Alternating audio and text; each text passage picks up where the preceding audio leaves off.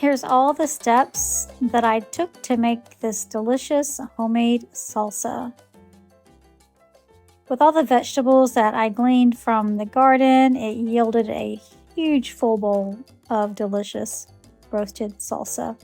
Out of our garden came different types of jalapeno peppers, bell peppers, cilantro, onion. I bought some garlic at the store, as well as anchovy dried pepper. I washed all the vegetables and cut the core out, and then prepared them and got them ready for the roasting pan. You know, when you have homemade salsa from your garden, it's hard to get any better than that. Well, I took the dried peppers in a iron skillet and seared them on both sides really quick, and then wrapped them in foil, put them in the oven, let them get a little sweaty and warm. I used peppercorn, crushed red pepper, cumin, oregano, smoked paprika, and salt for this salsa recipe. I chopped the tops off of the jalapenos and the different peppers and bell peppers and de-seeded those. We save all of our remnants for our compost and for our chickens, so everything gets reused again. I put all the vegetables in the roasting pan with olive oil and salt, threw it in the oven, covered it with foil, cooked it about 30 minutes for it to get soft, a little bit charred here and there. And then I went ahead and added those vegetables to a stock pot. It's already smelling great in the house.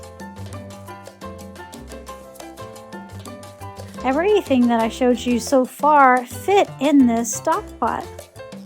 I kind of eyeballed it and pulled out enough jars that I figured would fill, and I pulled out the exact amount, which is great. Added everything to the stock pot and added my spices on top. Everything was filled to the rim. I turned up the heat on the stovetop, let that gel, let that get incorporated.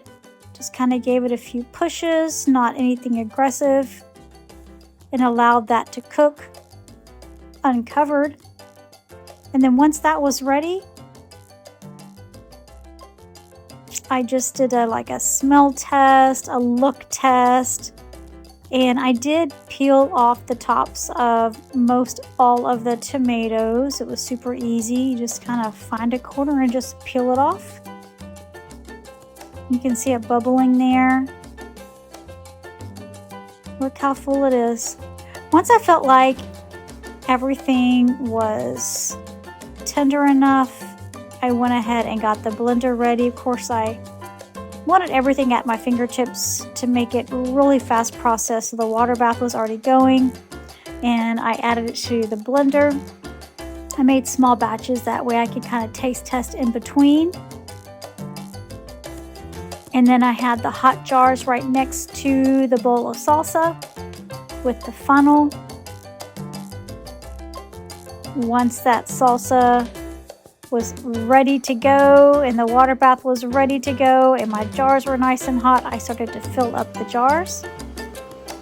1 scoop, 2 scoops, 3 scoops, 4, and a little bit more. I just moved the funnel around. Of course, when you're finished, you want to wipe the rim clean, dry with a paper towel, have the seals and the lids ready to go, and of course the tongs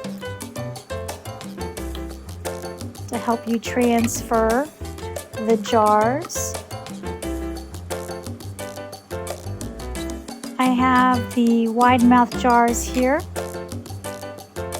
And when I was finished, I added them the water bath, and as I took them out, they already began to pop. And we had the salsa the other night. It was so delicious. I love the smoky, a little bit more chunky, roasted flavor. I really like that. And here you have it, homemade salsa.